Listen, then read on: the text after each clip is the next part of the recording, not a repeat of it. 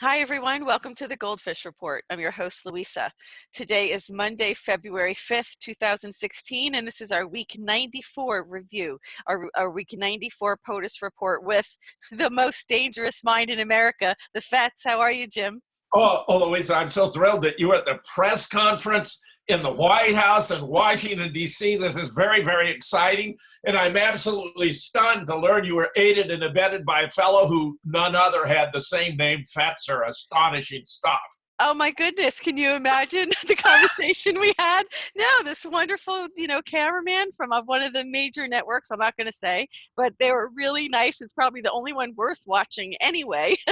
But a really nice guy, and can you imagine the same last name, and people call him the Fets also. So what a Very, coincidence. very funny, Louisa. I can't Yeah. wait to hear about it. You got to tell us every detail.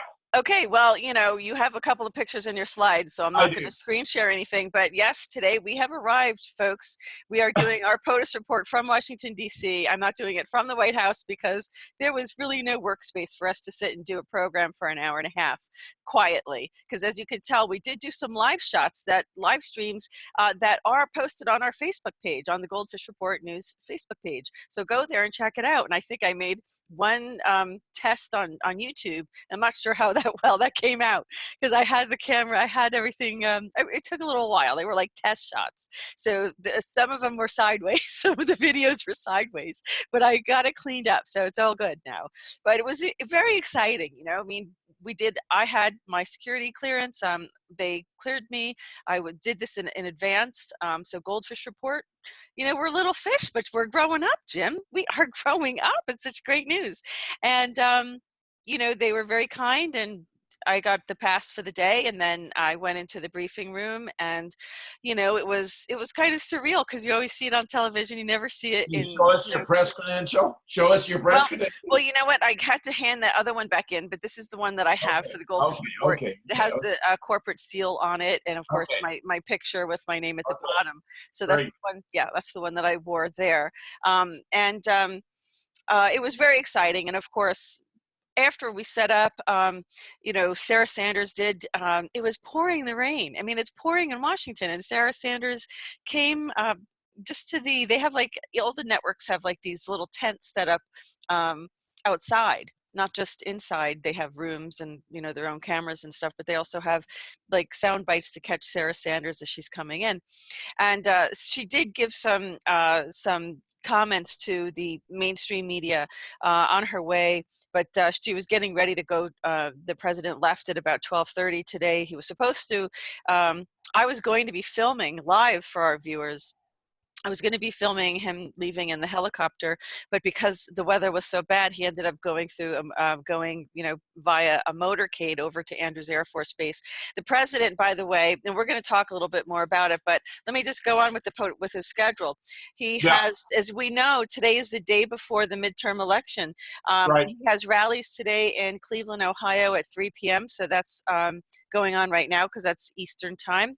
He also has at 6:30 Eastern time, he has another rally in Wayne, Indiana, and then at 9 p.m. Central Time, folks, he's going to be over in Missouri. So check that out and see if you can get out and vote. I mean, the early voting, it's millions of people voting. That's I mean, been historic highs for a midterm election, Louisa. surpasses the 2014 election, which had very historic high at the time.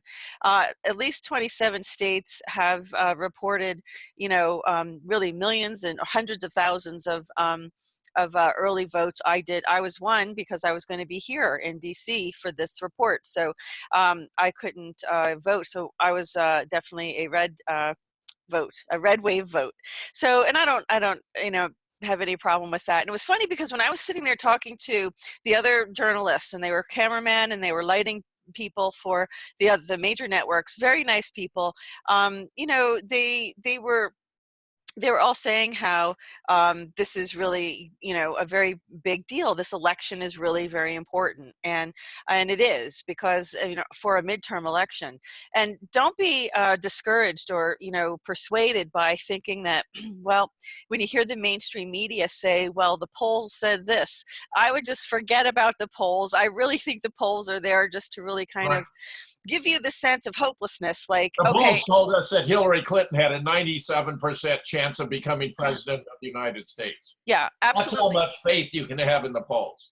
Right. And so I'm even going to show you really, now we have, look, guys, there's so much to talk about today. Um, let's show, I'm just going to feature one of, I'm going to show the GoldFish Report news page real quick, because this does show um, hold on one second. This does show our live news feeds.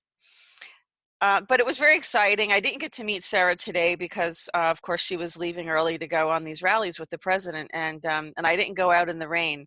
It was a really bad hair day, and I have to say it was not uneventful coming into D.C. I got to tell you, she has impressed me tremendously with her professionalism, with her intelligence, her Yeah. articulation, her manner. She's Yes. fantastic in my book. I'm just very, very impressed by her.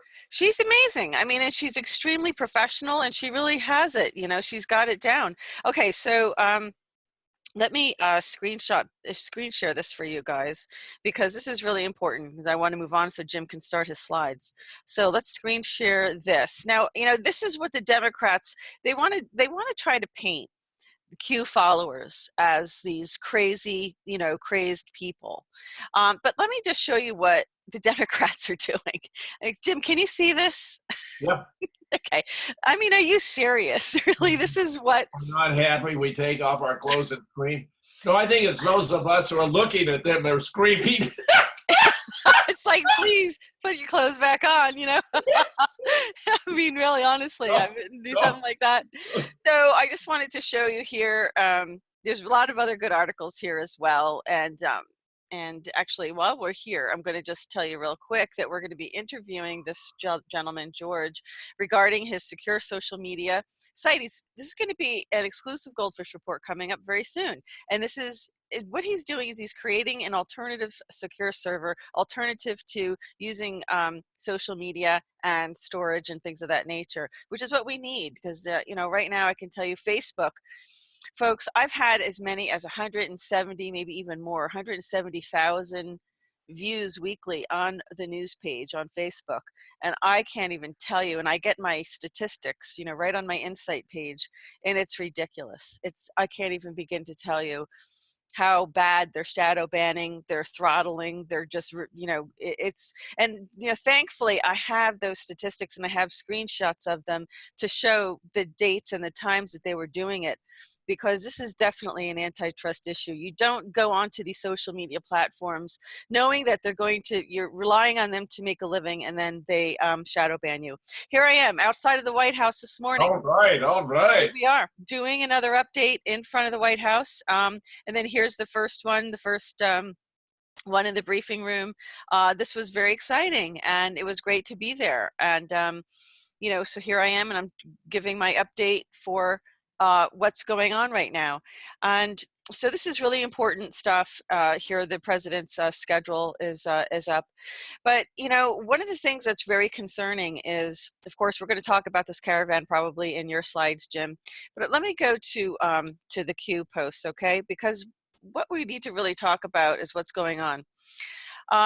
Today, the president, and I announced this in my live feed from the White House, the president had a teleconference for his supporters. So here was the, actually, I already have this.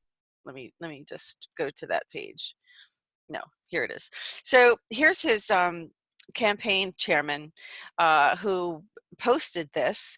If you wanted to have a conversation directly with Donald Trump today, he had 15 minutes at 11 a.m. Eastern time, and here was the phone number.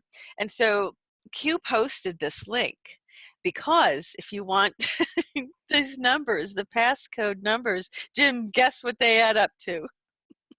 Tell me. 17, which is the letter Q in the alphabet, of course. So this is kind of just a way for kind of President Trump to reach out to the Anons and to kind of give them a chance to connect with him, which was a lot of fun. But one of the other tweets that we're going to talk about is this one here, because this is important to talk about with this election. So CNN, so funny to see CNN's fake suppression polls and false rhetoric. Watch for results, for real results Tuesday.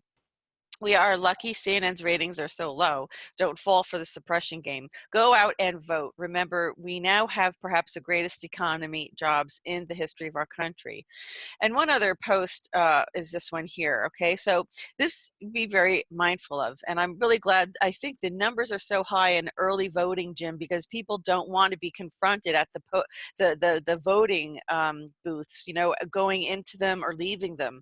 Because here it says, law enforcement has been strongly notified to watch closely for any illegal voting which may take place in Tuesday's election or early voting. Anyone caught will be subject to maximum criminal penalties allowed by law. Thank you. This is really important to pay attention to. Like I said, these polls, when they announced that, well, typically the incumbent's party doesn't do well in the primaries. That's what they're saying, which means that there's, basically they're saying there's not going to be a red wave, but that's because that's wishful thinking. That's just wishful thinking. It doesn't mean that's what's going to happen. So when the poll says, actually the latest information that I'm reading is that the House is going to go red, just like the Senate actually looks like it's going to gain some seats. So it does look like we're going to have full support, and we need this in order to, if this whole QAnon, if everything that Q has been posting has been accurate, then we definitely need this. And let's just look at this. And I don't know if you can see this. Yep. Okay, this was back in when endorsement. When Hillary Clinton was running against President Trump. Okay, you can see here the list of all the different news sources, and let me see if I can get that little. Now they're supporting Hillary. Yeah, exactly. No function. Let me see if I could do. No. Yeah. So here it says, were these polls actually conducted? We don't know. There's no way to know that. These were pre-election polls, and they favored her, as you were saying, Jim. They favored Hillary Clinton 90 to 98%, and she lost. Okay, so it goes to show you, folks, be really careful about these polls, because they just don't mean what you think. In fact, we don't really know if they're real polls or not. Here it says, reconcile this against the results. So how did they get it so wrong? So it goes to kind of show, look, I mean, if you're looking at this, Jim, the scientific method, how could you possibly get that result? The polls were rigged, and the media has been infiltrated through Operation Mockingbird by the CIA since the 1950s. Yes. And the Zionists, and for whatever reason, they are opposed to Trump, even though he gave them Jerusalem as the capital of Israel, increased the amount of funding. He's got 11 prominent Jews in his cabinet. He has Nikki Haley and Mike Pompeo and Robert John Bolton, all of whom are extreme anti-Iran, pro-Israel hawks. I mean, it's embarrassingly bad how much influence they have, and nevertheless, they attack him. Right. So, be careful. What Q is trying to point out here is define human nature, because they're talking about the psychological effect of when you believe that the odds are hopeless for your candidate, you may vote for the other candidate just because you feel that it's hopeless. And it's not. And I think because we've seen here, as Jim just said, they're fake. There's really no way to support these polls. There's no way to know whether these polls were even taken. I mean, I'm sorry to say that, but Jim, in today's day and age, we just don't even know. So here it says, if people believe the odds are overwhelming their candidate will win, do they still make the effort to vote? And so, does one cancel two? Because the first one was, if people believe that their odds are hopeless, do they still make the effort to vote? Versus if they think their candidate will win. So the bottom line, folks, is don't play these psychology games. Just go out and vote your conscience. So you can go with, President Trump, who has done so much. And we have General Flynn talking about citizen journalists, talking about digital soldiers. And that's what I talk to these network people about today, that this is what GoldFish Report is about. We're among the digital soldiers. We're among the citizen reporters because we decided to take the narrative back through information and try to get, you know, because it's very biased. I'm sorry, the mainstream media is very biased and it's not accurately reporting. So, you know, people are just tired of it, very, very tired of it. So this was a very important post. So just be very careful. Please go out, vote your conscience. It's overwhelming. This red wave is overwhelming. The president, I mean, is 3 rallies today. So it is huge. One of the things that that has come up was also this Hatch Act and whether Q had, and I think a few people were reporting on this, and who's going to report on it? Not mainstream media, but they were concerned. See, there was members of Congress who actually went to the office. Let me just screen share the Hatch Act, because this is where you would go to actually the Office of Special Counsel. This is where you would go to actually file a complaint. This says here it's a federal law passed in 1939, which limits certain political activities of federal employees, as well as some state D.C. local government employees who work in connection with federally funded programs.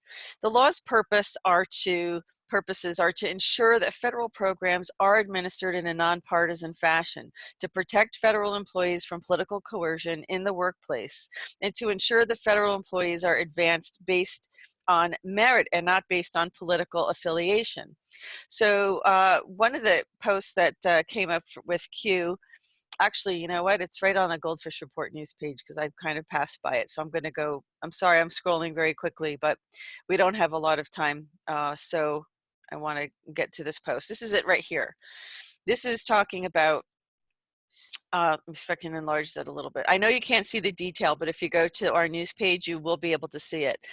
Q has not violated the Hatch Act. And so this is the Anons pointing this out. This was posted by Q, trying to figure out what was going on. And this is, you know, if they really believe, Jim, that Q was just a conspiracy theory, that was just a LARP, you know, then why would they have gone to the Hatch, why would they have gone to the office and, you know, inquired about whether or not it violated the Hatch Act? So I think they know exactly who Q is. I don't think there, you know, there's any question about it. And if I have the chance to ask Sarah Sanders a question, maybe that will be the first one, because that, you know, that's really an important question to ask. So it was determined that Q did not, and then Q came back and posted again, because as everybody knows, Q was silent for quite a while. What, about 20 days or so? So folks, it's really most important to get out and vote. Polls are rigged, and do not capture an accurate snapshot. Okay, so will you answer the call? Q is asking, and those 2 tweets I just shared are from these links right here. And of course, you know what we have going on right now, Jim. Look, now playing Panic in D.C., Guardians of the Pedophiles, and FISA-gate. Let me tell you, this is absolutely what's happening. How timely. It is timely, I'll tell you. But just be careful. This is one last thing I wanted to end on for today was, oh, in fact, stocks surged at the latest poll showing the GOP, the polls again, right? Showing the GOP retaining the House. So just be careful about that. Be careful with polls. So anyway, this is what's important. They want to make sure that you're safe on to go in and vote. And they're saying panic in DC. If you witness members of Antifa or any other people or organizations stationed at key voter locations making threats or attempting to use scare tactics, voter intimidation, please contact local authorities immediately and report the incidents. Internal communications suggest preparations are being made and organized to conduct a 29+ location push. These are battleground locations, so you know what your states are with those.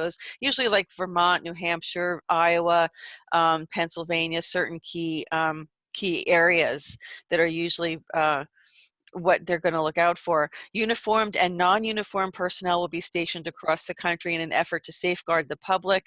If you witness anything out of the ordinary with regard to staff, officials, machinery, and equipment failures or malfunctions, Like, if you notice unusual grouping of people, buses dropping off people with guides or instructors, voter prevention, so they might be trying to block the voting, or other suspicious activity, contact the local authorities. If once you have done that and the local authorities arrive and you feel it is safe, then take a picture or video, but only if it's safe to do so. So if you see something, say something. That's the rule of thumb here, Jim. We want Yep. everyone to be safe on, to vote. We need the patriots to come out. These are great resources. These are all these VIP patriots that Q is acknowledging. You can go to the QAnon.pub site, and you can check out all those links.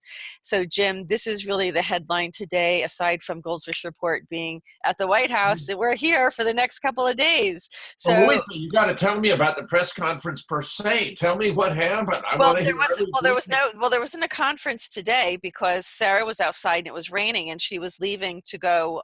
They were going on all these rallies, so there wasn't a conference yet today. So I'm sure there will be one before I leave. So what was happening? But you weren't able to ask a question because there was no press conference per se, and nobody was asking questions. What happens is there's times when Sarah Sanders will go up to certain outlets. Like I said, they each have tents outside. So she went up to get a couple of sound bites with one or two of the I think it was probably Fox News, and after that, she left because they were getting ready to depart. The president did do this teleconference call with supporters, so I wasn't present for that. But I was, today was the first important day to kind of get my feet on the ground, get my feet wet, learn the routine, get the lay of the land. The Secret Service were wonderful. They all knew it was my first day, so they were very, cordial. They were very, very nice, very helpful. It was great getting the pass. But there was a very heavy Secret Service presence. Don't make any mistake about it. They walked around with, like, I don't know what they were. They looked like AK-47s. Aside from everything else they had on, they had machine guns strapped across them. And there were some protesters way out in the front of the lawn there, way behind barricades. They were shouting. And, it sounds to me like they're doing a great job of protecting the president, which they ought to do. But I'm just relieved to hear from your up-close personal observations, confirmation. Oh, absolutely. There's no question. And you have to have now, we were going to go today to go watch, and I was going to film the president's helicopter leaving to go to Andrews Air Force Base. But because of the weather, they decided to change that and do a motorcade instead. So normally to go and view that, you'd have to have actually an escort. Even the mainstream media has to have an escort. It's extremely secure. You really aren't going to, it's going to be very, very, very hard to get through these multi-level layers of protection to the president. He's very safe. He's very safe. I definitely think so. And as soon as I get, I will absolutely be live streaming as soon as there's a press conference. And I have to tell you, they're so professional. All these people that I met during my time, I was there from about 8 a.m. till about 1:30 today. And once it was clear the president was leaving, it was time I did a few reports in the morning that I posted, and then it was just time to come back to the hotel here and get ready to do our POTUS report, because this was our day to do our reports. And it was just very exciting to be here. It was very exciting to have this as part of our report today, and I'm just thrilled. And we're going to have more tomorrow. I'll be doing more live streaming. Definitely had some technology issues with cameras and tripods, because I don't usually use them, but hey, it all worked out okay. And I'm, happy to be here. I'm happy that the viewers supported this, and it's because of our viewers, Jim, that they supported this and sent me to DC, and I came here to do the work for them, for the people. I'm thrilled. How long will you be in town? Well, it's hard to say. I'm not going to really say exactly right now because I'll be here most of the week. We'll just say that. Oh, wonderful, I will definitely be here after the election. I will say that. And that will be a very interesting news conference. I can tell you that. Fantastic, Louisa. We will carry it, and we will carry it. We will carry it live, folks, on our Facebook page, because I was trying to do some other kinds, and I'll try to also do it on YouTube as well. So we'll try to have both of those going at the same time, because I have enough equipment to do that. So go ahead, Jim. Why don't you take a momentary pause here, Louisa? Well, Louisa, it's absolutely sensational to have you here. Have you got the image on your screen? I only yes. Because I don't see the record button showing. Yes, it's all good. All right, excellent, excellent. And then, of course, inside, doing your thing right there with the White House logo. I love it, I love it, I love it. This is sensational, Louisa. I'm so pleased and grateful to our listeners, to our audience, that they wanted you to be there. I think this is fantastic. Now, you talk about the market being responsive to retaining the House. The Democrats have such a vicious program or agenda. If they come in, they were immediately going to move to impeach Trump, conduct all kinds of investigations. It was going to be very, very deleterious to the best interests of the American people. Here you have, in advance, John Sununu, GOP will win the House. It's going to be a surprise for those other stations. I think he's got it right. The other stations are delusional. They're talking to Washington. They're talking to Florida. They're not talking to New Hampshire. They're not talking to Indiana. They're not talking to North Dakota or Missouri or, frankly, any of the heartland in America. What he really means, Louisa, is they're not talking to the people. They're not talking to ordinary Americans. They're talking to one another. These are elites talking to elites. We got the United States adding 250,000 jobs in October, wage growth breaking 3% for the first time in nearly a decade. Sensational things are happening under this president that the Democrats don't want to acknowledge. But Louisa, when you have a better economy, the social ills that become so serious when it's depressed tend to be alleviated. You got Black unemployment at an all-time low, Latino unemployment at an all-time low, unemployment at an all-time high overall. And yet you have people like actors James Cromwell. There will be blood in the streets, violent revolution if the Democrats lose in November. This is a kind of hysteria we're getting from the left. This is nothing new for him, as The Hill has observed. He was reportedly sentenced to jail last year after refusing to pay fines following an arrest while protesting outside a New York power plant. The Oscar nominee was also arrested in 2017 at a protest of SeaWorld's Orca show in San Diego. He's previously urged more of Hollywood to ramp up their political activism, telling the Daily Mail last year the community has got to get more engaged, has to get more political, more than our survival as an industry. What's really at stake is our humanity and all sentient life. You know, Louisa, I mean, think about it. We had, even on the day of the inauguration, Madonna was talking about blowing up the White House. We had this actress, comedian Kathy Riggs, carrying what was a simulated severed head of Donald Trump. You had Johnny Depp, my wife's personal favorite actor, asking when's the last time an actor shot a president. I'm with Lindsey Graham, the liberals. If you're the radical left is trying to destroy the country, you can kiss my keister. I agree 100%. This is much more telling. You have America's first Black billionaire saying the Trump economy has been good for African Americans. Here you have this fascinating piece by DeRoy Murdoch on Fox, just going through all the good things Donald Trump has done for Blacks, and he's had conferences, he's brought in Black leaders, he's been having real interaction, real benefits for Blacks. And look at this, a Rasmussen Daily Report from Monday with of the 29th, with a snapshot, Trump's approval up to 40%. That's very fine, but more strikingly, look at Black approval at 40%. Louisa, the Democrats win their elections when they win elections because they can count on 85 to 90 or more percent vote from the Blacks. When you have a 40% approval rate of Trump among Blacks, that is shattering. The Democrats may lose lots and lots of elections they thought they were going to win because Blacks are understanding that Trump is doing more for them, for the Black community, than have these Democratic administrations over the last 16 years. 16 years. Now, this is the last Politico poll before the midterm. This just came out today. The last generic poll to be released showed the lead which the Democrats have enjoyed. This is just on the basis of the generic question, who would you rather be in control of the country, the Democrats or the Republicans? At one point, it was as high as 17% favoring the Democrats. Notice the latest poll, it's cut down to 43% preferring Democrats, only slightly more than 40% would vote for the Republican. And you got to understand, Louisa, historically in these mid-year elections, the party out of power wins tremendous numbers of seats, would normally be taking control of the House, but it's not happening here. Not this year.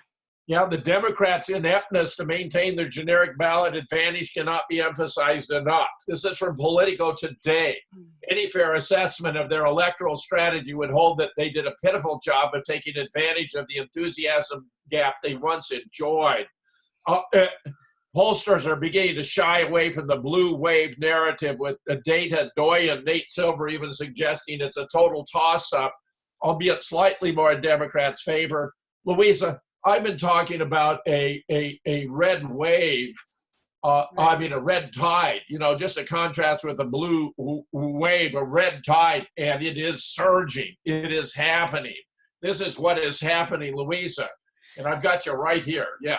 Yeah, no, I totally agree with you. And I think that they are going to be surprised. And sadly, I have to tell you that I have been reading the same information you have, Jim, that they're going to, sadly, I think if we do, take the House and the Senate, I think what you're going to find is this is going to be a referendum on President Trump. That's what's going to happen. And I think Yes. Yeah, totally. You don't think this election is about President Trump, but it's all about President Trump, because it's about how President Trump's going to do the next 2 years. That's why. And it has to do with, right. And it has to do with, that they could not accept, the Democrats could not accept President Trump winning. They never expected their candidate, Hillary Clinton, to lose. And I'll tell you, they're going to start impeachment. They're going to do anything they can to start to take down the president. But I have to tell you, it's going to backfire on them. You don't win. See, that narrative doesn't work anymore. The attack.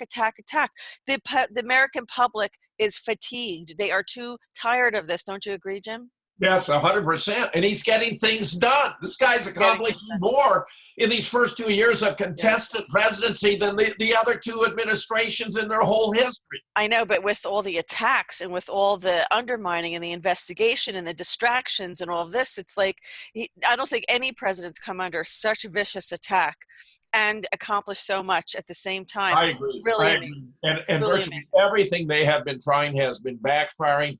We'll see that here. We have the Progressive Change Campaign Committee.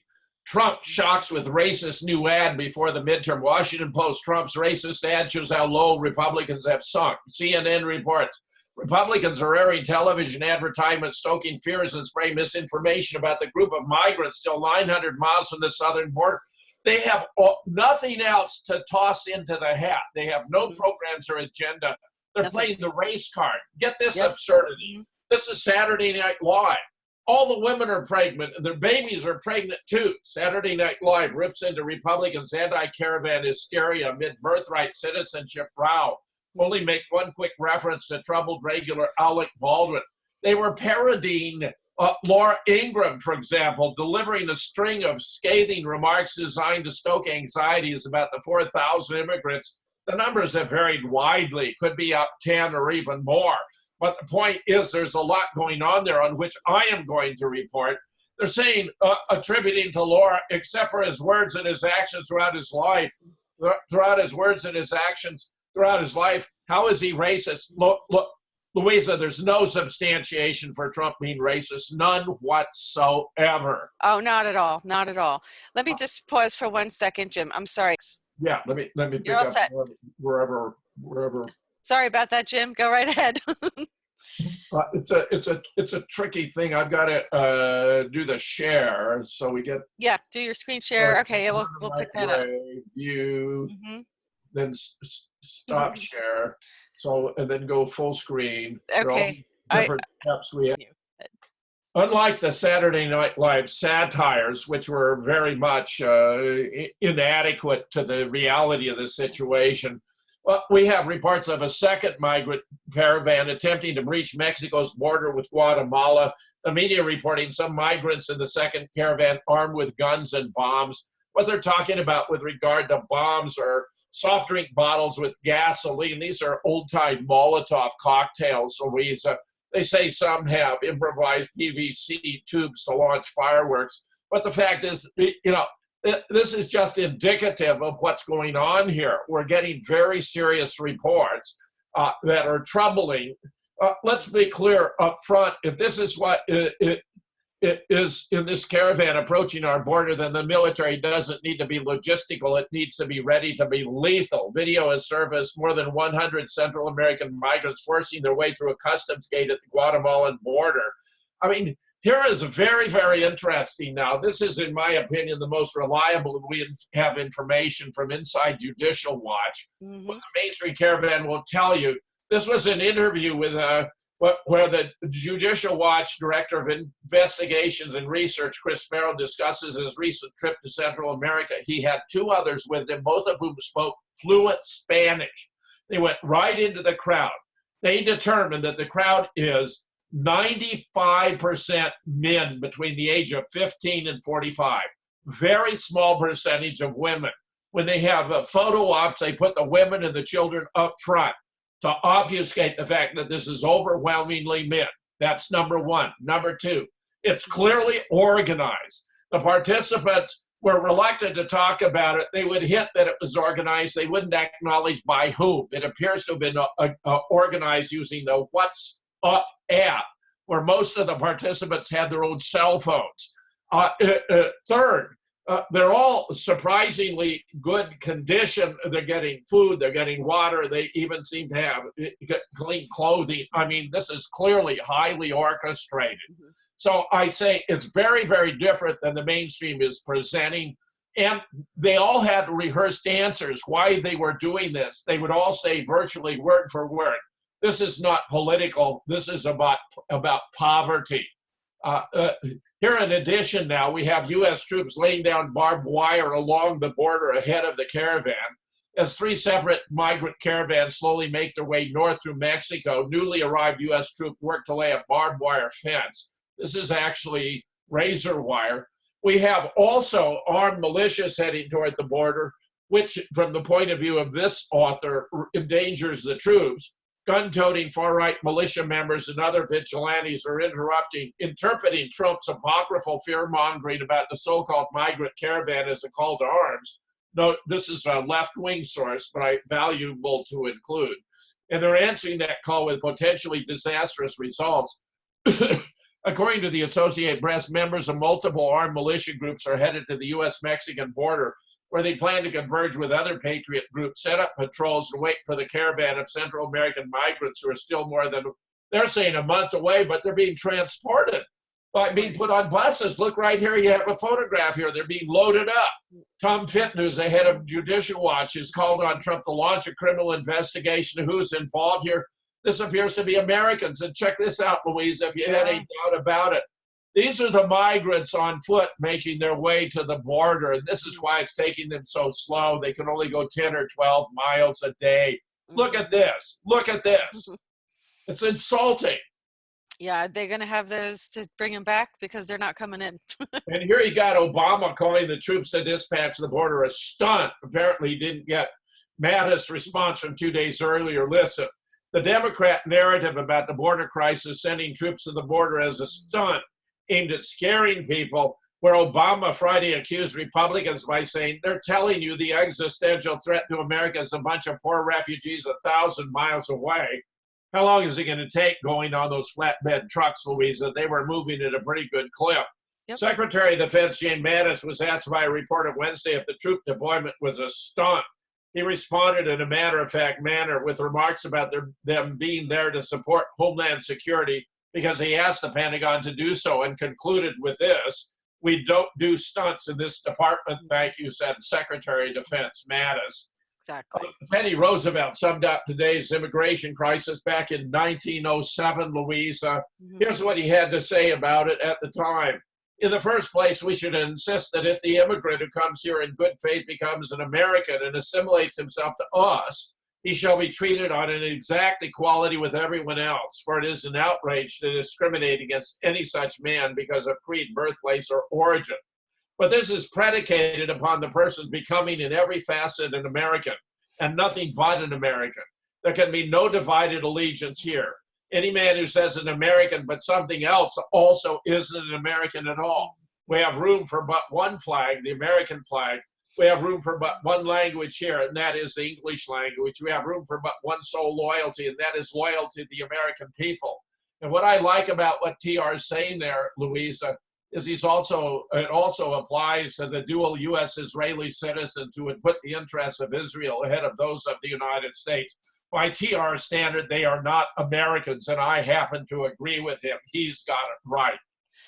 That's very concerning. I mean, the issue is about assimilation and not about, bringing in Sharia law in order to change us. And we can't do that because it's not consistent with our own civil laws. But go back to that Judicial Watch report. Was a very interesting report. They said, of course, they reported they were on the ground, as you reported, Jim. And what they saw was that these people, as you had said, were looking for jobs, which is not a criteria for asylum. That's right. Just because they think they'd be better off in the United States doesn't grant them eligibility for asylum. And the whole thing appears to have been financed by George Soros. I mean, this is very much on the order of the migrant hordes entering Europe, which even seem to be part of what, if anything, is a more diabolical plan by Zionist fanatics to use Muslims to trash Christian culture in Europe. That appears to be the master plan. Okay. But Jim, what's most important about, the president even saying George Soros was behind this is revealing that there are hidden hands behind the curtain that are actually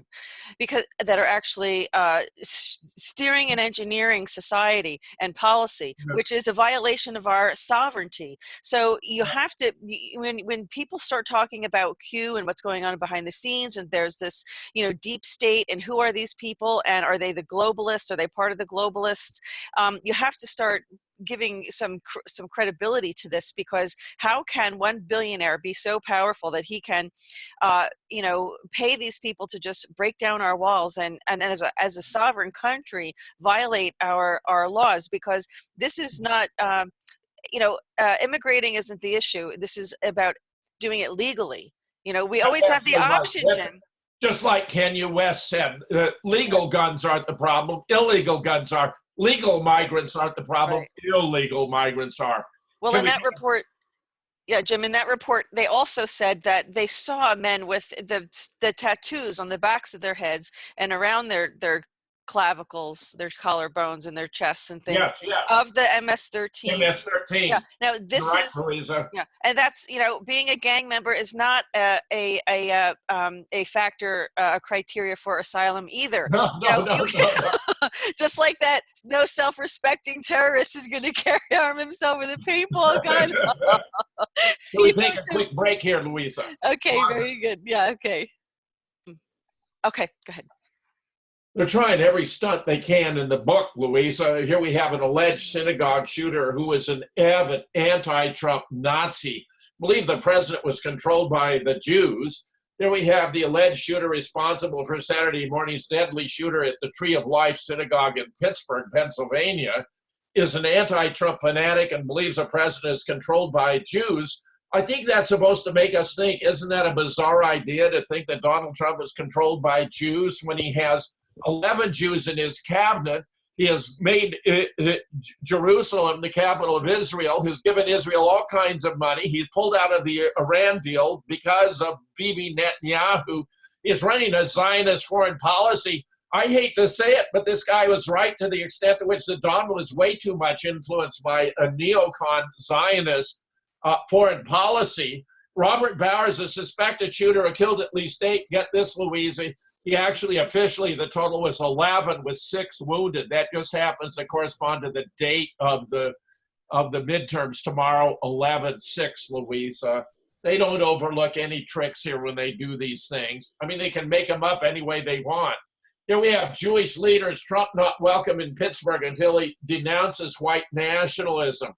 This is a Jewish progressive group, Louisa, who weren't going to support Donald Trump anyway. This is the Pittsburgh affiliate of Bend the Arc, a Jewish partnership for justice, conceded that Trump called the murder or evil, but said in a letter, yesterday's violence is a direct culmination of your influence. I don't believe that for a second, but that was a theory we were given.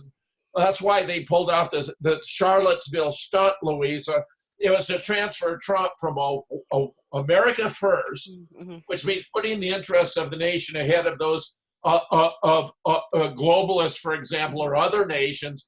That's where he was talking about pulling our forces out of the Middle East, reallocating the trillions we were spending, which actually was at the benefit of Israel, and working out better relations with Russia. All that has been trashed.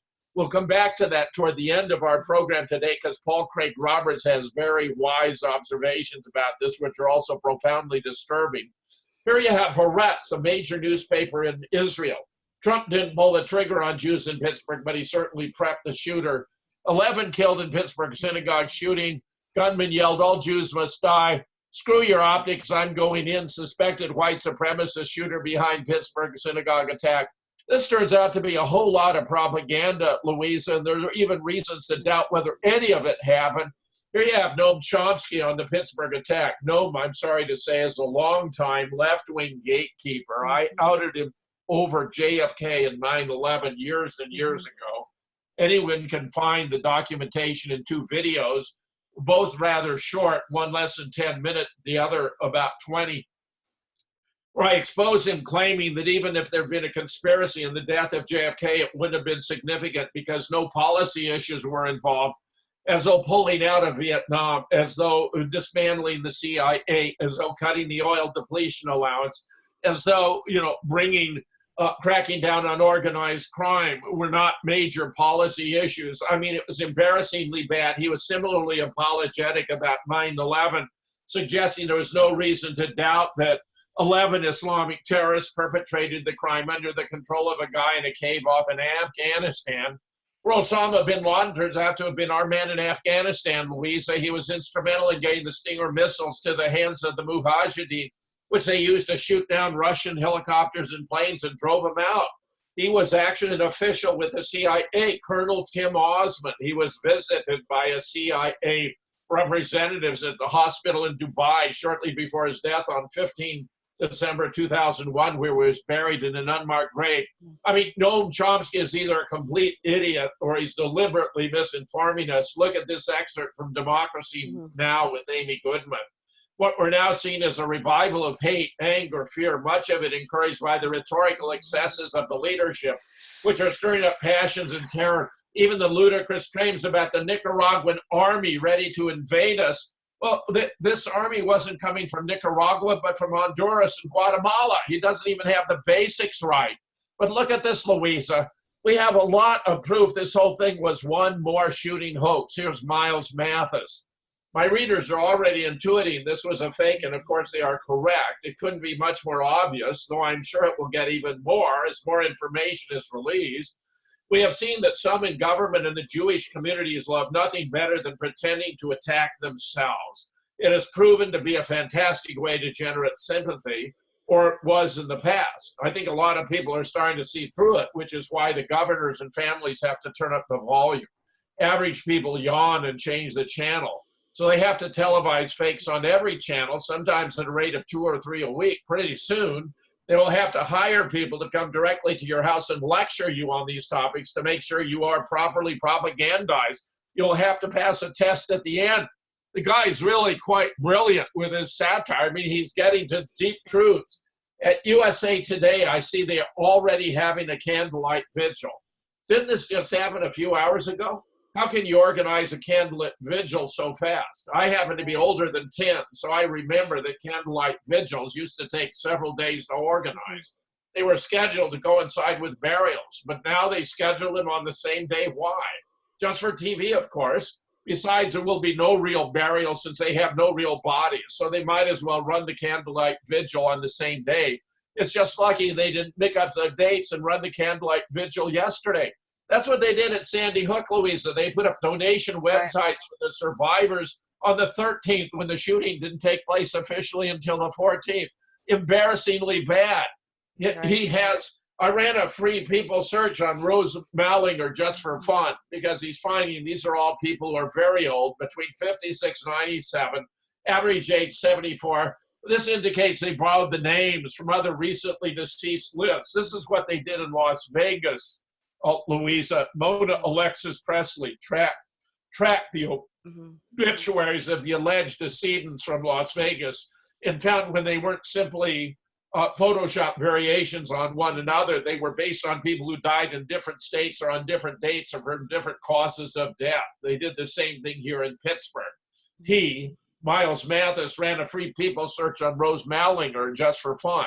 I did find her an instant checkmate, but we have a problem. There are actually 3 Rose Mallingers listed in Pittsburgh with the same location list. She has 69, 79, and 97.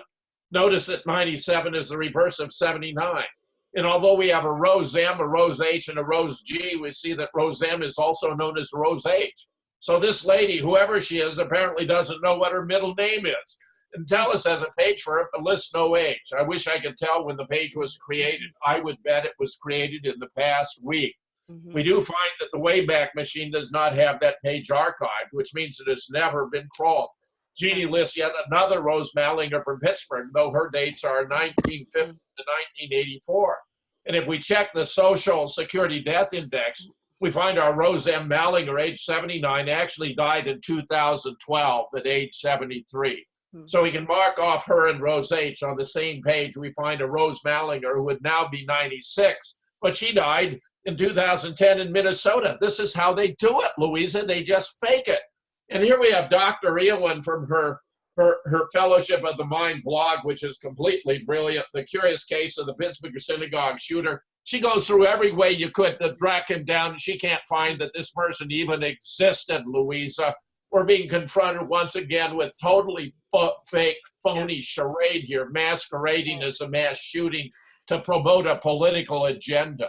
Well, Jim, that really was going to be my first question I wanted to ask Sarah Sanders was, is the president going to, is he considering restoring the Smith-Mundt Act? Because I think this is what has paved because when Obama repealed it, this is what paved the way, I believe, for the false flags and for the fake news. I think there's a lot to that, Louisa.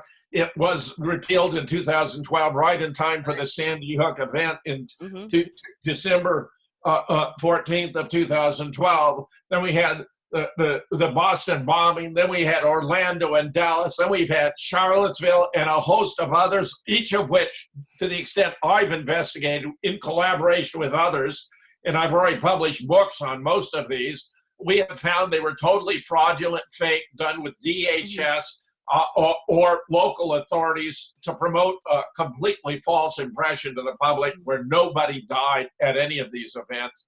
It's absolutely stunning stuff, Louisa. Although I have to say, though, I mean, 9/11 was definitely... 9/11 was an orchestrated false... Yeah. We know, but... Yeah. People died on 9/11. You're absolutely correct about that. Right. Now, here we have some other examples, Louisa, because they're going crazy about it. You got Caesar Sayak, whose name just is Sayak, who rhymes with psyop, mail bombing suspect, political rage and resentment. He's a fervent supporter of President Trump. See, so they're trying to imply, all these people who like Trump are lunatics. They were sending out these bombs that were completely fake. They were non-functional, going through the mail with unstamped postage, with no barcodes on them. When the post office is now really scanning all these things, they were totally fraudulent. He turned out to have a van covered with stickers that were pro-Trump stickers, but the stickers were brand new, Louisa. They weren't faded by the Florida sun. And I may have been the first to observe they weren't even legal to cover all your windows the way the van was covered in Florida, where I resided for 5 years. So now they're having a shooting event for every group. Pittsburgh was for the Jews. Here you have a white supremacist in Louisville, Kentucky, targeting black elderly. That's one for the blacks. You have a gunman at a yoga studio. This is in Tallahassee to target, white women the suburban women love their yoga. I mean, it's outrageous where Miles Mathis has exactly right. Now you're having young Jews holding a sit-in at a Republican club that hosted the Proud Boys to demand renunciation of white nationalism. They blocked the entrance to the Metropolitan Republican Club in New York City, protesting the GOP in the wake of the killing of 11 Jews, or so we were told, but it appears the actual number was actually 0. The videos surrounding a display of kippahs or religious skull caps with the names of the victims atop a banner that reads GOP, tell white nationalists they don't have a place in your party. This was all what was going on at Charlottesville, Louisa. They had an event that was very cleverly orchestrated where you had a group of protesters who even had permits, who wanted to object to the removal of a statue of Robert E. Lee, who was a great American, even though he fought on the side of the South, where the local mayor had the Charlottesville police stand down so that the governor, Terry McAuliffe, who's a buddy of Hillary Clinton, could use the state police and National Guard to channel them into a confrontation with Antifa and Black Lives Matter, who'd been bussed in by, guess who, George Soros, right? Where they then had a stunt taking place a few blocks away of a completely staged car attack, driving into the crowd where there were 2 different vehicles, 2 different drivers, 2 or 3 different takes. It was all completely ridiculous. It turns out, Louisa, that although it was claimed that a young woman by the name of Heather Heyer died there, she actually died the following day. They claimed 2 Virginia state cops died in a helicopter crash, but while the helicopter did crash, we have photos and videos of them alive and well walking away. And they even cast as the mother of Heather Heyer, the same crisis actor who had played the role of the mother of Victoria Soto, a teacher who supposedly died at Sandy Hook. Louisa, you can't make this stuff up. It's completely outrageous, completely phony, completely fake. And that's what we're getting now. And the mainstream media is eating it up. Well, Jim, I think the mainstream media has their talking points, their agenda. I thank God, people like us are here so we can not just look at the facts and the evidence that you point out and you illustrate and enumerate in your books, Jim, but also that we're not buying this narrative. It goes to show that people just aren't buying the narrative, that there's just too many. I mean, that Charlottesville was unbelievable, really was. Absolutely. They really kind of almost all of them are at this point, Jim. Well, you're going to love this because it turns out that State of the Nation has actually done a brilliant piece of work discovering that Broward County is the operational headquarters for the Israeli intelligence-directed false flag operation and mass casualty events in America. This is a sensational piece of research, Louisa. Here's a note from the editor. The individuals listed below have unfortunately become household names in America. It's quite telling them that they all share the same county of residence. Yes? Mm-hmm. How is that possible except by purposeful design? Right. The latest terrorist crime spree to originate out of Broward County is alleged mega bomber Caesar Sayok, except now we've had more. This mainstream media story is so crazy and convoluted, you'd think it was all made up by, say, a bunch of Hollywood screenplay writers. Here is the following list of obvious patsies. They were selected by their handlers to take the blame for false flag attacks and heinous crimes that shocked the American people. Any one of them may be completely innocent of the allegations. Therefore, we do not wish to prejudice the reader with crimes these folks may not have committed, but look at the list.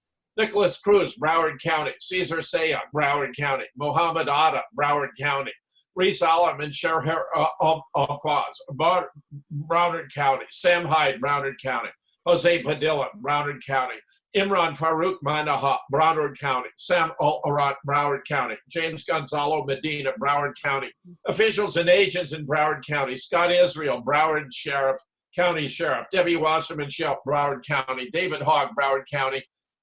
Stunningly, there are all of these Shabbat houses in Broward County that appear to be Israeli headquarters or safe houses. It's quite significant that Fort Lauderdale, the true epicenter of Broward County intrigues and conspiracies, is the de facto LGBTQ capital of the USA, if not of the world.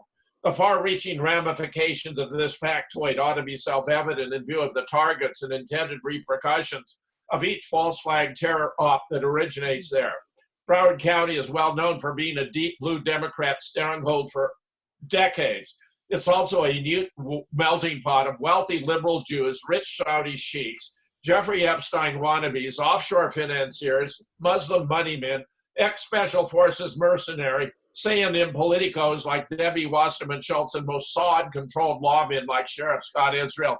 He's got it right, Louisa. I am so impressed.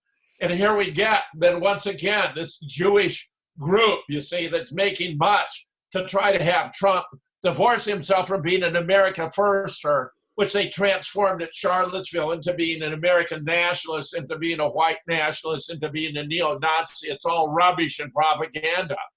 Get this, we know now how they tried to put him in a box over the fabricated charges, and there's a new around 400-page report from the Judiciary Committee, Louisa.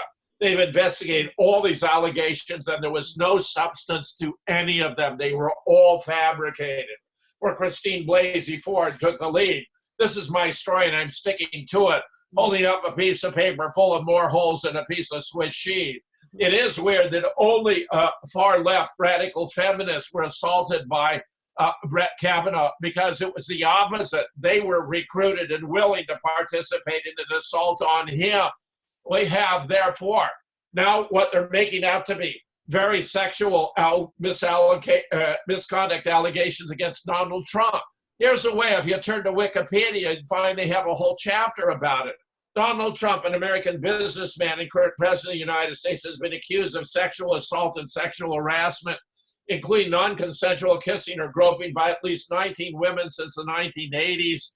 They've resulted in 3 widely reported instances of litigation. His then-wife Ivana made a rape claim during their 1989 divorce litigation, but later recanted. Businesswoman Jill Hart sued Trump in '97, alleging breach of contract, while also suing for nonviolent sexual harassment, but withdrew the latter suit as part of a settlement. In 2017, former apprentice assistant Summer Zervos filed a defamation suit after Trump called her a liar. What legitimacy is there to these after the Brett Kavanaugh hearing? These can equally be politically motivated, but I would agree Donald Trump is an alpha male. He's a rich man. He likes women. He's had many sexual dalliances with women. Of that, there's no doubt, and he's married several. That, however, stands in striking contrast to our most recent president, Barack Obama, who's a homosexual who had a torrid affair with Rahm Emanuel in Chicago before he became president of the United States, well known to the gay bathhouses in Chicago. Here you have, he married a man. Here's Michelle Obama's doctor going on record. Look at the photograph in the upper left. You see Michelle has a package most women much don't have. And here's what Dr. Rafael Espinoza, who is entrusted with former First Lady Michelle Obama's care during the 2008 presidential election, is speaking out about. He believes the public needs a definitive answer about this. With all the talk about her once being a man, he felt he couldn't keep his mouth shut any longer. And remember, she has been touted as a candidate for president in 2020. I know what I saw. Michelle Obama is not a woman who used to be a man. Michelle Obama is just a man with breast implants and a huge shaving bill. On the campaign trail, no medical staff were allowed to go near her other than to take vitals if she got sick, which she never did. I know what I know because I walked in on her or him while he was taking a leak standing up in a bathroom in Trenton. They paid me millions for my silence, but after seeing what they did to this country, I just can't keep quiet. Let them sue me. Actually, Michelle was Michael Robinson when he played football at Oregon State. He transferred to Princeton and then assumed the persona of a woman, changed his name to Michelle. We also have a very skilled researcher discovering the parents of the Michelle children, the Barack and Michelle, who obviously as 2 males can't have any children. They were adopted or borrowed. Here they are, and you look from the photographs, you can see how much they resembled their own parents. The older girl, her father, the younger, her mother. It's stunning, the fraud perpetrated on the American people. Now, Louisa, if we wanted to elect a gay guy who's married to a man, let us know that's the case and let us do it with knowledge. This was perpetrating a massive fraud on the American people. And it's been, if anything, even worse with the Clintons' war on women, because as Roger Stone has documented, the horror stories related to the Clintons and their exploitation of women and children, including pedophilia and sex crimes against minors, and even murder and cannibalism, are just outrageous. There's more and more evidence coming out. Roger Stone published The Clintons' War on Women, which reveals, among other stunning revelations, that Bill had a child by a black prostitute, and where Hillary actually, Chelsea isn't Bill's offspring because Bill fires blanks. Chelsea was born of Webster Hubbell and Hillary Clinton, who used to work at the Rose law firm. Webster would later be made the head of the Department of Justice. This is all very sordid stuff.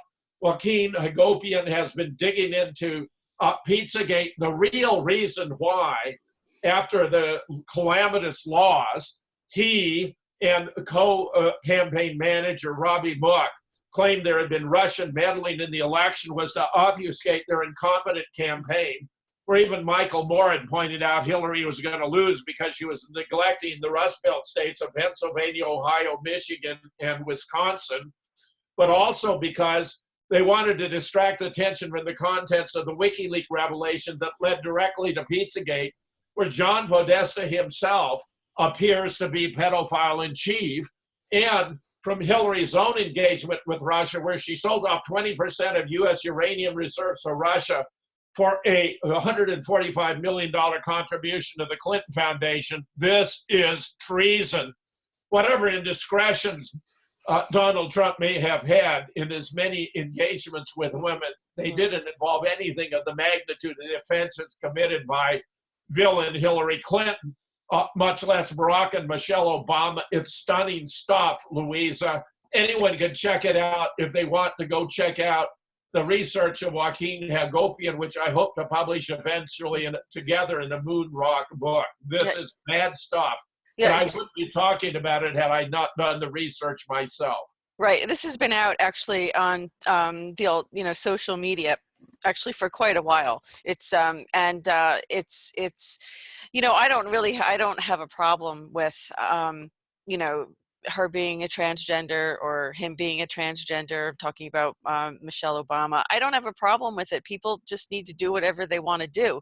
But I don't think that there was no chance they were going to get elected if they told the American people the truth.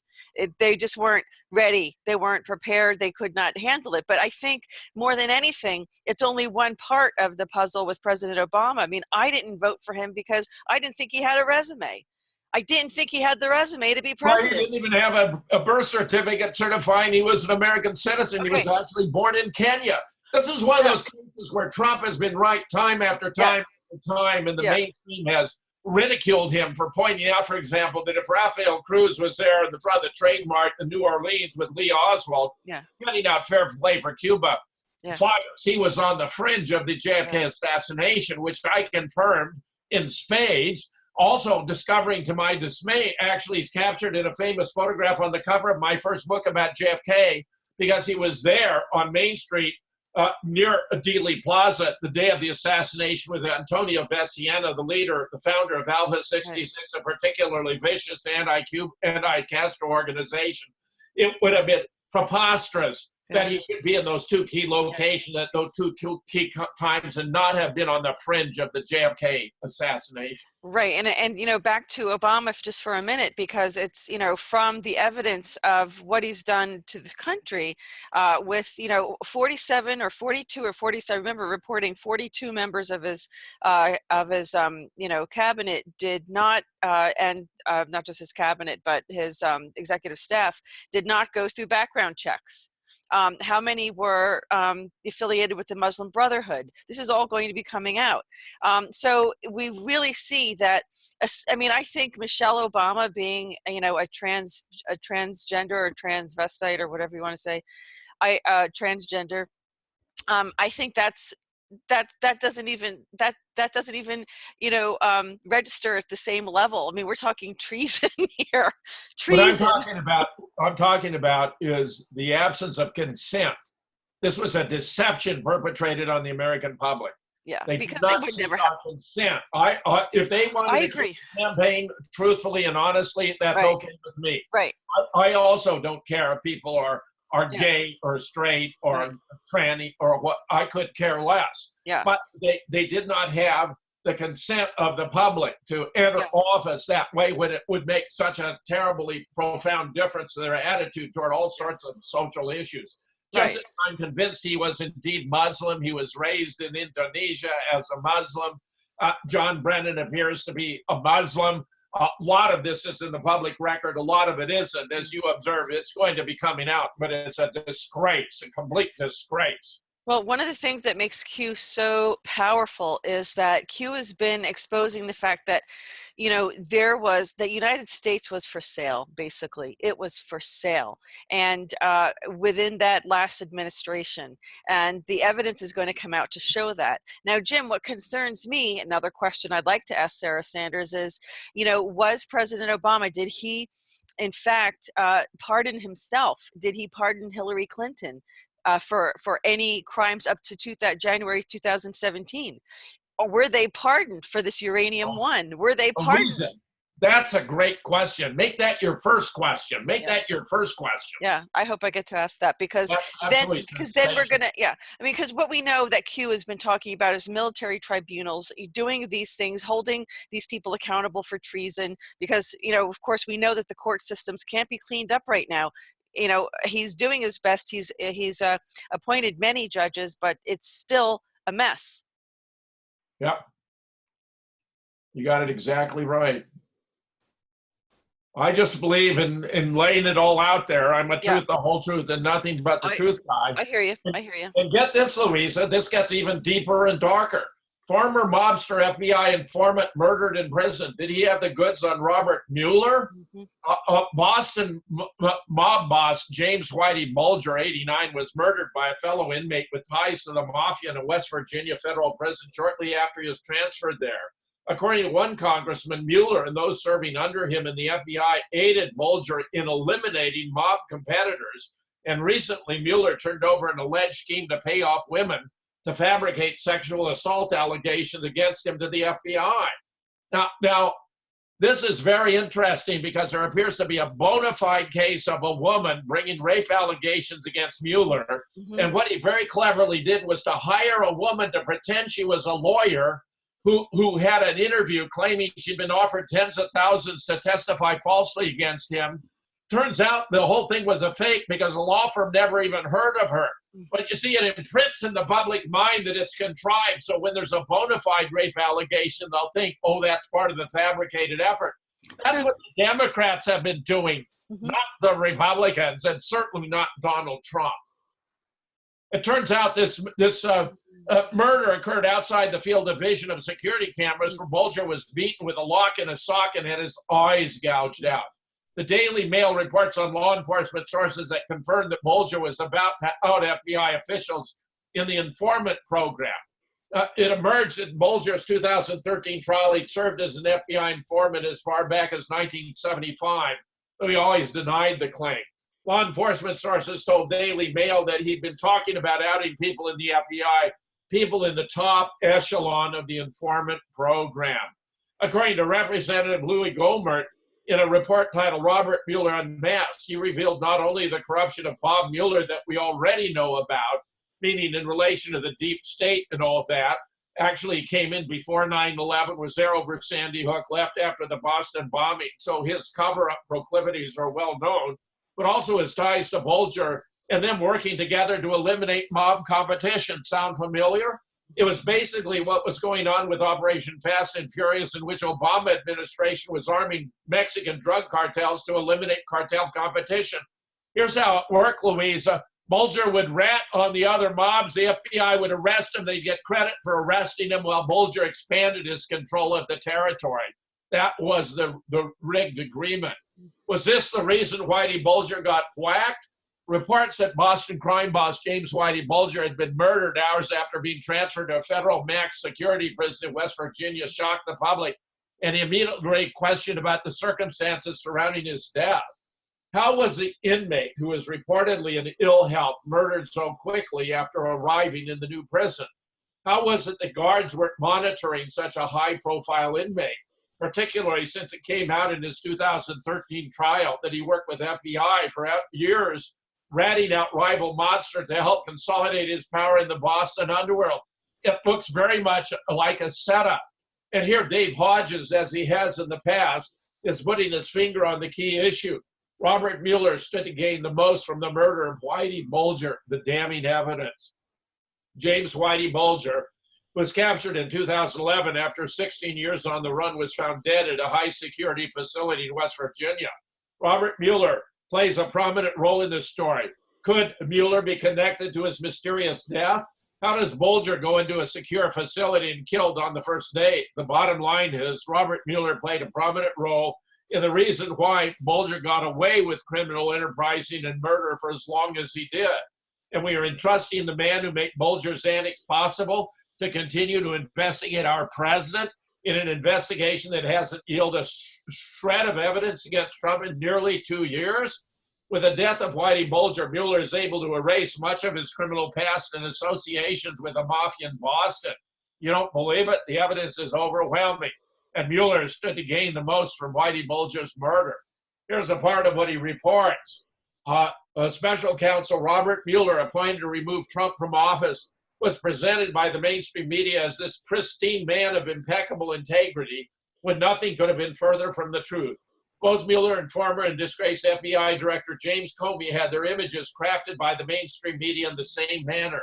However, it has now been demonstrated that Comey leaked classified information that he thought would be damaging to Trump. He committed perjury to Congress. Comey should be in prison, not making book deals. And one can be certain that a book deal awaits Mueller as well, should he be able to remove Trump. Both men are lying, extreme left-wing freaks who should be in prison. Of the two, Robert Mueller's is much more criminal than Comey's. Comey should not necessarily be charged with murder. Mueller, however, should. Investigative journalist Sarah Carter's blog, Questions Still Surround Robert Mueller's Boston Past, published on March 20th, raises serious legal concerns regarding Mueller's past. This is in reference to what's often referred to as the Whitey Bulger FBI mob case. The New American detail the Whitey Bulger case, entitled FBI Covering for Criminals, about the murderous boss of Boston's notorious Winter Hill gang, Whitey Bulger, as his gang of Irish mafia carried out a reign of murderous terror under the protection of the FBI. It was at the center of it was Robert Mueller. And moreover, get this, at one time, writes David Hodges, I had a problem with Mueller's appointment as special counsel because of his former friendship with disgraced FBI counsel James Comey. While looking in the rearview mirror of recent history, my concern is trivial with what's presently being revealed. The stakes have grown to enormous proportions. Mueller is being proven to be guilty of multiple felonies as well as treason, which is an offense that could potentially be punishable by death. Get this, he was appointed special counsel to expose possible Russian collusion charges between Trump and the Russia. On the heels of the collusion, Trump is also looking for a smoking gun for obstruction of justice on the part of Trump. The same charge that ultimately brought down Richard Nixon. However, sometimes life is ironic. In a stunning development, WikiLeaks, Julian Assange tweeted a released State Department cable, which clearly and irrefutably proves Secretary of State Hillary Clinton ordered FBI Director and Special Counsel Robert Mueller to deliver a sample of stolen highly enriched uranium to Russia in 2009. That's in order to make the sale, which led to a $145 million contribution to the Clinton Foundation. And here's Alan Dershowitz ripping Mueller as a partisan and a zealot. It's embarrassing. I think our legal system in Western democracies is among the most politicized, Dershowitz observed. We're the only country in the world that has to appoint a special counsel. In virtually every other country, the administration of justice is objective. It's enforced by career people, by civil servants, by people who are not beholden to political parties or the president or Congress. It's really a disgrace, Louisa. Dershowitz got it right. Dave Hodges has it right. Robert Mueller's as corrupt as they come. And he stood to benefit.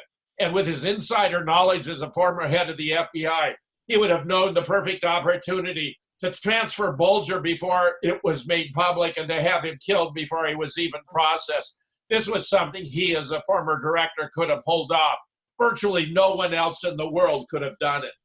You know, I have a feeling that Mueller and Rod Rosenstein and all these people all knew, because, you know, about this Uranium One, because, you know, in order to make that happen, everybody had to be in on it, and everybody had to be on, you know, in on protecting them. So I have a feeling that this is going to all come out. In terms of this Mueller, I think we're going to have to wait. We're going to have to wait and see. Obviously, the only Russian collusion was with the former administration and with Hillary Clinton. I think when those emails are released to the public, we're going to have confirmation of that. That's right, Louisa, because that transfer of 20% of our uranium required the approval of the President of the United States. And as I've observed in the past, if Julius and Ethel Rosenberg received the electric chair for sharing U.S. atomic secrets with the then Soviet Union, what did Hillary Clinton and Barack Obama deserve for selling 20% of U.S. uranium reserves to Russia? You asked that question about whether Obama pardoned her, Louisa. That is the question you must ask. And himself. Did he pardon himself? That is the question you must ask. I have to ask. I know. As soon as I can get in there. As soon as she has her next news conference, and I think it's going to be, if not tomorrow, it'll definitely be the day after the election for sure. Now we're getting cover stories that Khashoggi's body was found in a well and that he was strangled. However, that's an attempt to conceal the actual brutal and sadistic circumstances of his death. I didn't want to show these pictures. No, body. Keep going. Look on the right, keep going. The fingers of the right hand. Yeah. You see how the fingers Yeah, I see it. Could you keep this going? This is grotesque. They cut off his package, Louise. I blotted it out. They removed his face while he was still alive, Louise. All right, go ahead. So Saudi Arabia secretly purchased 250 million spy package from Israel to track foreign journalists and activists. What they knew Khashoggi was coming because he had to enter to gain these records to secure a new marriage to prove he had been divorced. An annual U.S. Gulf gathering treated the Khashoggi death as a mere speed bump in their relations, but Louisa, they aren't going to be able to get away with it. This is a huge, huge development. Saudi Arabia basically appears to be done. And if Saudi Arabia is done, Israel, with all of its ties to Saudi Arabia, may very well go down with it. This is a stunning development. Right. No, there's definitely a lot of, a big relationship between Israel and Saudi Arabia. But why does this surprise anybody that Saudi Arabia would do this? Why does this surprise anyone? No, that's the kind of brutality they have. This is a part of the Sharia law. They believe in this. And, it's absolutely stunning, but these are the Wahhabis. This is the extremist sect of Islam that provided most of the brutes who became a part of ISIS when we created ISIS and began funding it with American taxpayer money. Right. Mm-hmm.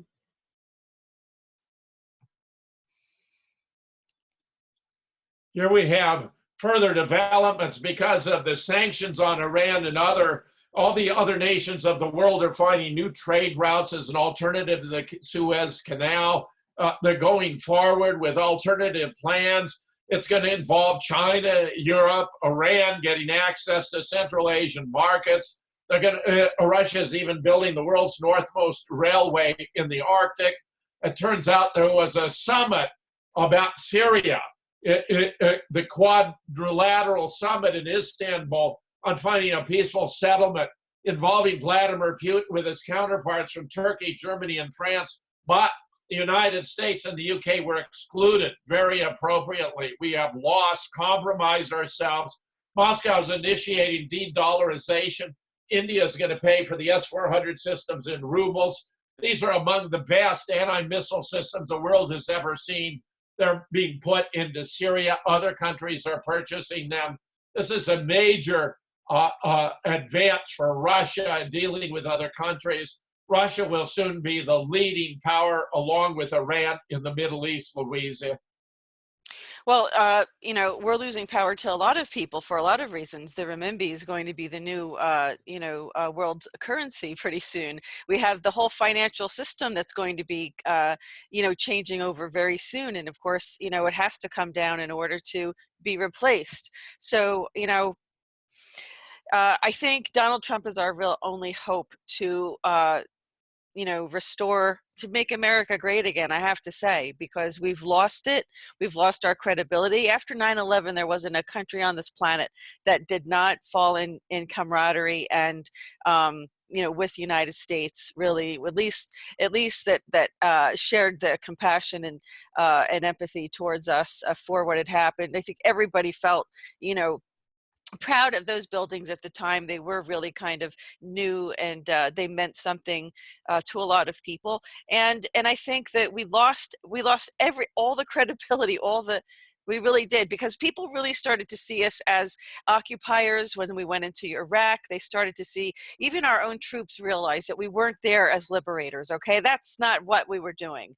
And I think in our own troops, who got really depressed about it and who really didn't want to stay there. I don't, you really have to decide, are you going there to be a proxy army for some faction that you're actually an enemy against? So, this is the problem. We can't be used and sold out. Our military is not meant for that. And Louisa, I agree with you 100%, and that's why the next story I have is so serious. Paul Craig Roberts is America finished. Every citizen of this country needs to understand. This man is, in my opinion, our nation's leading public intellectual. Listen to what he has to say. The refusal of the Democratic Party and the military security complex to accept the results of the 2016 U.S. presidential election and the misuse of their positions of power to prevent Donald Trump from exercising presidential powers is a revolutionary step, well described by Angelo Cardavella here. Quote, in 2010, Claremont Institute senior fellow Angelo Cardavella introduced the notion of the ruling class back into American popular discourse. In 2007, he described contemporary American politics as a cold civil war. Now he applies the logic of revolution to our current political scene. It has unfolded faster than foreseen. Its sentiments, spiraling volume and intensity, have eliminated any possibility of stepping back. The Democratic Party and the millions it represents, having refused to accept 2016's results, having used their positions of power in government and society to prevent the winners from exercising the powers earned by election, declaring in vehement words and violent deeds the illegitimacy, morbidity, and even criminality of persons and ideas contrary to themselves. Bet that this resistance would so energize their constituencies and so depress their opponents that subsequent elections would prove 2016 to have been an anomaly and further confirm their primacy in America. The 2018 congressional elections are that strategy's first major test. Regardless of these elections' outcome, however, the resistance has strengthened and accelerated the existing revolutionary spiral. This is Paul Craig Roberts continuing. Americans are now so polarized that they no longer share basic sympathies and trust because they no longer regard each other as worthy of equal consideration. Cardavella blames the progressives and their attitude of moral superiority, but his explanation is independent of who is to blame. I blame both sides. The Constitution and our civil liberties took a major hit from the conservative Republican regime of George W. Bush. The consequence has been to weaponize government for use against the domestic adversary. In other words, unity has departed us. The absence of unity makes it easy for the ruling oligarchy to achieve its material interests at the expense of the welfare of the American people. Indeed, it is amazing to find progressives aligned with a military security complex to block Trump from normalizing relations with Russia. I repeat that. It is amazing to find progressives aligned with a military security complex to block Trump from normalizing relations with Russia. The provocations of Russia, which have been ongoing since the Clinton regime, have reached unprecedented levels under the neoconservative regime of Obama and Trump. The conflict that has been orchestrated is good for the $1,000 billion annual budget of the military security complex at the cost of maximizing the chance of nuclear war. The demonizations of Russia, Putin, China, and Iran are so extreme as to have convinced Russia and China that Washington intends war. For Russia, Trump's withdrawal from the Intermediate Range Missile Treaty, INF, confirms that an attack on Russia is being prepared. Intermediate range missiles cannot reach the U.S. The treaty gave safety to Russia and Europe, which is why Washington's claim that Russia is violating the treaty is absurd.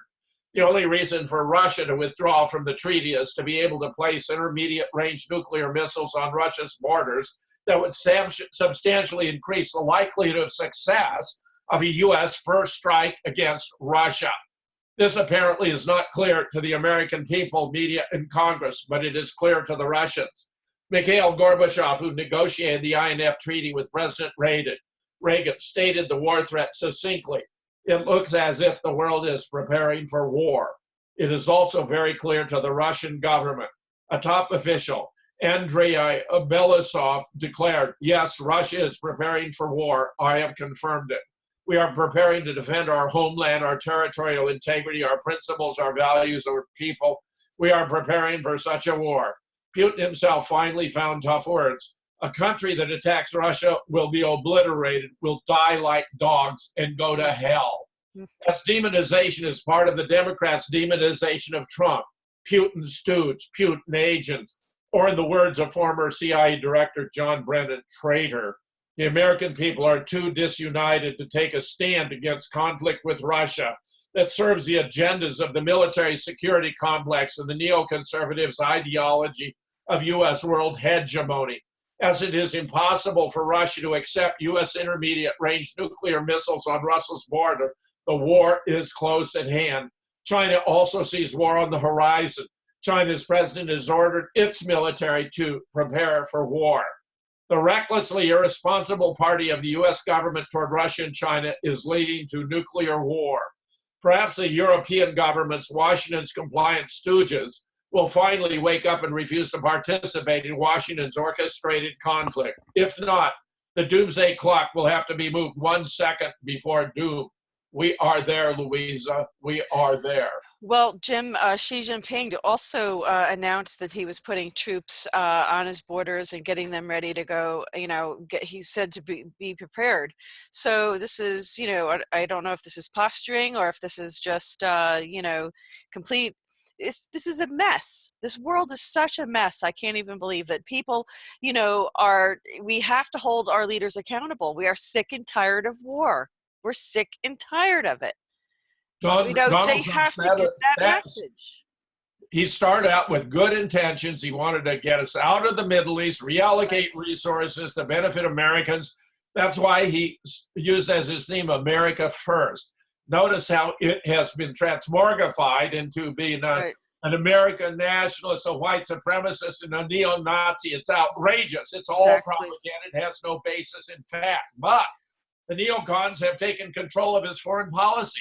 The fact that you have Mike Pompeo as Secretary of State, that you have John Bolton as National Security Advisor, and Nikki Haley as our ambassador to the UN, all of whom are extreme Russophobes, anti-Iran, pro-Israel, speaks to the death of American foreign policy under the control of the rational mind of Donald Trump, and his best instincts has been co-opted. And it's tragic, Louisa. Yeah, well, when you have Mike Pence saying that Venezuela was paying for these migrants to come up to the United States to our border, they also happen to have an awful lot of oil, don't they? Look, I don't want any more war. I hope that we do the prudent thing. I hope that we can release the technologies, these advanced technologies. There's alternatives to using oil. There's alternatives. And we have to stop exploiting the oil out of this earth. We have to start releasing these suppressed 5,000 patents of alternative technologies. Or the war is just. There's also plenty of oil. Oil is available in abundance. The BP Gulf catastrophe demonstrated that, Louisa. Yeah. Only a few stories. There's alternatives. Tie things together. Mike Adams, who's been ranked number 2 on the internet, most influential after only Alex Jones, has given a detailed election analysis. This is completely brilliant, Louisa. He talks about the different scenarios if the Democrats retake the House, if the Republicans keep the House, or if the matter is drawn out in uncertainty. Everyone ought to watch this completely brilliant analysis. In addition, I did an interview with Harold Channer, who has brought community television to Manhattan. This was just taped on the 30th and aired today. It's airing today, talking about false flag and fake news with Harold Channer. In addition, there's going to be an Operation Classified where John B. Wells is hosting. It's going to be in Dallas, Texas. A lot of really important stuff revealing what's been going on here in the United States, including my colleague Scott Bennett, who will be speaking. Scott's a former Army Intel and PSYOPs officer with whom I do another news program every week entitled Truth versus News. And last but not least, I mentioned the 6th annual JFK Assassination Conference will be held in Dallas November 15, 16, 17, 18. Because the 22nd falls on a Wednesday, it's being held the weekend before. I will be among the speakers on Sunday, the 18th, talking about Operation Mockingbird, alive and well today, Louisa. Yeah, it is, Jim, unfortunately. Well, as you know, that's also Thanksgiving, the 22nd, the anniversary of the assassination of President Kennedy. It is the 22nd. It's also, a very, very special day for me because it's my birthday. And so every year of my life, I've been reminded, I've shared my birthday with this assassination. And there's a very special place in my heart, for revealing this plot to enslave every man, woman, and child on this planet. So this is not a surprise that, that would fall on my birth date, not the same year, but it's not a surprise that I would have some kind of drive or some sort of, other, I would say motivation to do this media, to do these reports, and to get to the bottom of what really happened that day and why. Has been an inspirational figure for you and for me personally and for the whole world, frankly. And the despots who took it out deserve to be exposed and to pay whatever penalty is possible to impose at this late date. Right. But I celebrate your success in getting to Washington, D.C., Louisa, to be attending the press conference. This is fabulous stuff. All of us are just so enthusiastic and thrilled about this development, and we wish you so well. You asked that question of Sarah Sanders. That is the question to ask. I'm hoping to. And I just want to thank you, Jim, for your kind words. And this is GoldFish Report. Everyone who has participated with GoldFish Report is a part of GoldFish Report. I couldn't do this by myself. I do a lot of it, but I can't do it alone. Without our viewers' support, we can't make this happen. Without our viewers sending us reports, sending us news links and stories, we can't make this happen. So with that, this is all about we the people. It's all about serving the people, Jim. And who would have believed that even though I wasn't there, you'd nevertheless be there with the vets? Absolutely. I was there with vets. Can you believe it? That was amazing. I was just like, I wanted so badly to report to do the report from in the briefing room, because there's a section, most people don't know, there's a section behind the briefing room itself that is a little work stations and stuff, but they were all filled. So I really had to sit in the briefing room itself, which wasn't, it was crowded. Let me just put it to you that way. So, I was thrilled. I'm so honored, and I'm so, so happy to be here and be reporting for the people. I will be back tomorrow morning there at the press briefing room. It doesn't always mean that there's briefings going on, but what happens is people are there to do their sound bites, to do their news story updates. So oftentimes you'll just see people there in front of the podium where you saw me Lots today. Of interesting conversation and chatter taking place, Louisa. There is, and always just know I can't talk about all of those things that happen. Of course. Yeah, there's lots of things that happen that I can't talk about, and there's a lot of other information that I have on things that I can't talk about it. But you know what? Well, as the GoldFish Report on the scene reporter in Washington, D.C., we wish you well. Thank you so much, Jim, and I appreciate it. And I appreciate all the viewers for your support. And if you want to continue the support, please go to thegoldfishreport.com. There's a PayPal link there. There's a Patreon link there. And this is all for the viewers. And I couldn't be happier because I'm representing the viewers directly. So thank you so much, Jim, for being part of this. This was just a wonderful, fabulous day today, even though it was rainy. But 2 fetzes in one day. Can you believe it? Amazing, amazing, Louisa. Who would have thought? Who thought I would ever meet another Fetz? It was amazing. So have a great week, Jim. We will actually be talking again. I'll be doing live upstream. I'll be doing live feeds tomorrow and Wednesday after the election, folks. So stay tuned to the GoldFish Report on Facebook, because that's where we're going to be. That's our news page. It's open for the public. I don't think you need to have an account to view it, but you should definitely stay tuned, because we're going to be giving lots of updates over the next couple of days. So Jim, thank you so much. We'll see you next week for another POTUS report. And thank you again, and thanks for viewing and for your support. And this is GoldFish Report signing out from DC. Have a great night.